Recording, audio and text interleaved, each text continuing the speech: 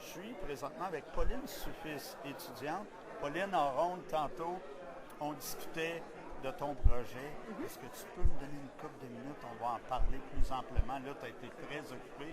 On a un petit répit. Avec plaisir, c'est bon. En fait, c'est ça. Nous, dans le cadre de ce projet-là, on s'intéresse à l'augmentation des populations de pécans.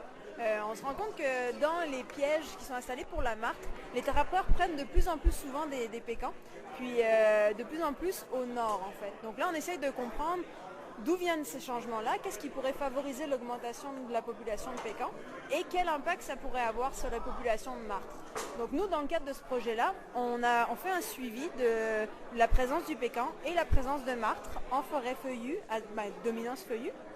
Puis on essaye de voir s'il y a des endroits où on retrouve juste du pécan, s'il y a des endroits où on a les deux espèces, et de voir un petit peu, donc c'est ça, quels sont les critères d'habitat où on retrouve ces espèces-là. Donc pour ça, on a capturé et des martres et des pécans qu'on a comptabilisés. Et sur les pécans, on a aussi installé des colliers GPS qui nous permettent de voir leur déplacement à plus fine échelle. Et donc avec ces données-là, on devrait être capable de regarder où est-ce qu'ils dorment et où est-ce qu'ils chassent. Et puis là, tantôt, moi je regardais ça, puis j'avais l'impression que c'était bien loin dans le nord que tu faisais ça. Mais finalement, c'est pas loin. C'est tout proche d'ici. En fait, nous, on s'est concentré sur le Témiscamingue, puisque c'est l'endroit où on retrouve les deux espèces. On est dans ce qu'on appelle la répartition sud de la martre d'Amérique et ce qu'on pensait être la répartition nord du pécan. Mais visiblement, il est même déjà arrivé un peu plus au nord que ça. Donc, effectivement, c'est ça. Nous, le suivi s'est fait au Témiscamingue, mais je rencontre des trappeurs de toute la région de l'Abitibi-Témiscamingue avec lesquels je discute de l'évolution de leur récolte et de martre et de pécan. Puis là, j'ai des trappeurs que j'ai rencontrés jusqu'à Macamic, pardon. Donc j'en ai vraiment un peu partout sur le territoire, entre Macamic et la rivière des Outaouais, finalement.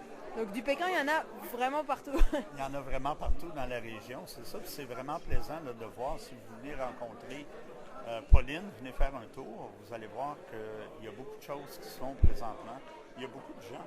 Puis on est après dîner, là. Il y a beaucoup de gens qui sont ici présentement. C'est le fun. Tantôt, tu étais très, très occupé.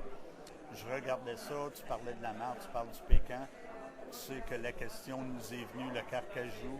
Donc, il y a beaucoup de gens qui s'y méprennent, malheureusement. Et puis, tu me disais aussi que le carcajou, vraiment, comme on le voit, n'est plus présent au Québec. Actuellement, on n'a pas de preuve de sa présence, ce qui ne veut pas dire qu'il n'y en a pas, mais s'il y en a, ça veut dire qu'il est en très faible quantité et qu'on pourrait espérer qu'il revienne par une amélioration de l'habitat ou par la disponibilité de nourriture qui augmenterait.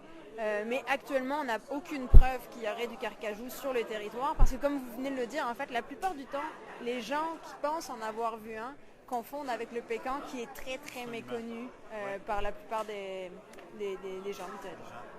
Ah, mais je te remercie. Pauline, ça n'a pas été trop difficile. Ben non, c'est un plaisir de parler de ça. C'est bien, oui, je vois là, que c'est une passion pour toi. Et je vous rappelle, Pauline Suffis, qui est étudiante au doctorat à l'UQAM. Donc, vous l'avez entendu ici sur Simplement plein air. Bonne journée.